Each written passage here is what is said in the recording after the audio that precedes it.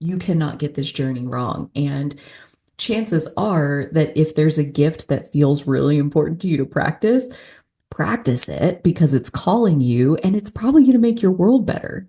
Like world building is more like this overarching gift that then underneath it is like you practicing lots of different things. Okay. And again, we're going to get more into this when we talk about how to develop it. But next, let's dive into feeling this within yourself. Okay. And remember, we talked about like the parts of your life that are really working for you. And we can study those and like kind of reverse engineer them. If you're familiar with that term, we can look at the finished product and we can take it apart to see how it was made. Um, we can study the parts that are working and we can learn from that in order to implement those learnings and make our choices in a similar way in the other areas of our life where we may not be having as much satisfaction. Okay, so I've got four very broad categories. Okay, and let's go through them one at a time. And let's ask the question, how satisfying is that area of your life? Okay. And there's no right or wrong answer. And you can sit quietly with your eyes closed and just kind of feel inside yourself as I mention each category, like what comes up, right? We're just gathering the data. Or you can get in your journal and you can write about it. You can use a scale like 0 to 100. So you can like rate how satisfied are you in this area. The world is your oyster. You can do whatever you want. Okay. Um, how satisfying is your life in the area of love? Love. You see how broad that freaking category is? There's so many pieces of like how you love life and how you love yourself and how much love you give and how much love you receive and the relationships that are loving and the relationships that you wish were more loving and et cetera, et cetera, et cetera. Okay. So, how satisfied are you with the love in your life? And just take a moment to be with that. Like, is this one of the areas that's like really freaking on fire and working for you? Great. Make a note. Let's collect that data and we'll come back to that. Or is this one of the areas where, like, dude, she friggin' went there like straight away? And like, that's absolutely one of the areas where I wish I could be more satisfied in my life. Yes. Okay, good. Collect the data, make a note of it. We'll come back to that. Okay. So we have four categories. Love is the first one. The second one is your health. Okay. Your health. And again, very broad category. We're talking your physical health, like how your body feels on a daily basis. Like, do you feel energized and capable and like anything you want to do, like you can do it? Or are there pains or limitations or, like I would love to do that, but my body won't let me kind of thing. Like that's definitely hard to feel satisfied when that's going on. So like physical health, we're also talking about like your mental health. Do you have mental clarity? Do you feel at ease, like in your mental space? Your spiritual health. I mean, there's all of these different areas where we're talking about like the quality of your experience. When we are ill, when we are suffering with disease, it can be very, very, very difficult to be satisfied with the quality of that experience. And so just collect the data on this super broad category. What comes up for you around health and how satisfied are you with that part of your life? So we did love, we did health. The third category is wealth. Okay. Wealth. And maybe money comes to mind. but there are lots of forms of wealth. Okay. There are many, many, many ways to receive abundance or experience lack.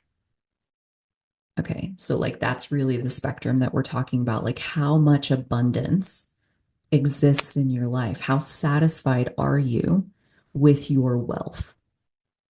Or is that one of the areas where, yeah, like, dude, something's missing. Okay. No worries. We're just collecting the data. Okay. So, love, health, wealth, the fourth category, purpose. Okay. Being connected to your purpose. How satisfying is your purpose? And I remember a time when I ferociously wanted to know my purpose and felt like I didn't have a freaking clue and that none of my life felt purposeful. And I remember how deeply dissatisfying, how deeply hungry I was for purpose, for knowing my purpose, for feeling like I was living into my purpose on a daily basis. Like I was hungry for that. And now, I mean, my purpose is like one of the most satisfying pieces of my life. And so, how is it for you? How is your relationship with purpose? How much of your life feels purposeful? How satisfying or dissatisfying is that? What comes up for you? So, these are our four categories: love, health, wealth, and purpose. You could split all that apart into 100 different categories, 1,000 different categories. Okay. Um, and if you want to master world building, I would recommend doing that. Okay.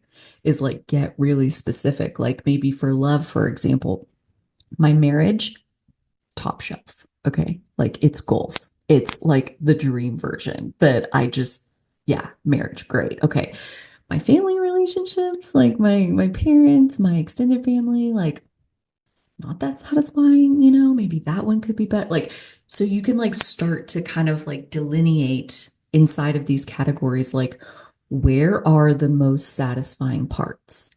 And so again, as we look at these categories of love, health, wealth, and purpose, pick out the one that is the most satisfying to you.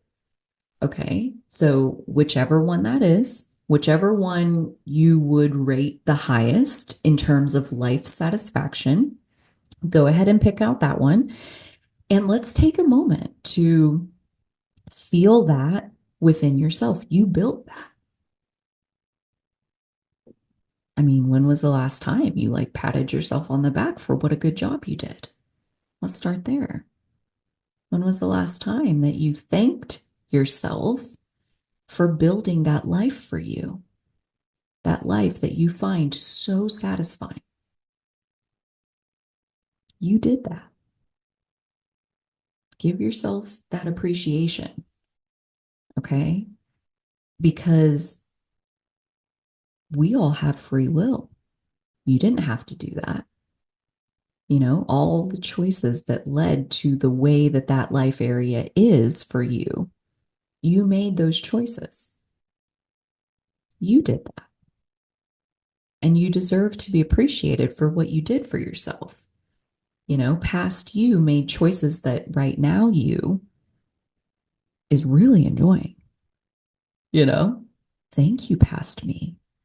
Thank you for deciding to go on a date with this person. Like, thank you for deciding to open up and be vulnerable. Thank you for deciding to get up and move your body every morning. Thank you for deciding to follow your dreams. Thank you for deciding to ask the big questions and spend time in the uncertainty and spend time like opening yourself up to connect with your passion. Like, thank you. Thank you for doing that. Send that appreciation back in time to the version of you that made those choices, that you are now getting to enjoy the consequences of those choices. It's freaking huge, And as you sit there and appreciate this satisfying life area, let's start to unravel the choices that led there. Often it can be easiest to start with the most recent and then kind of work your way back. Like, for example, one of my satisfying things is this house that I live in. Okay. Like, this is an example that I think a lot of people can relate to because most of us live in a house. Okay.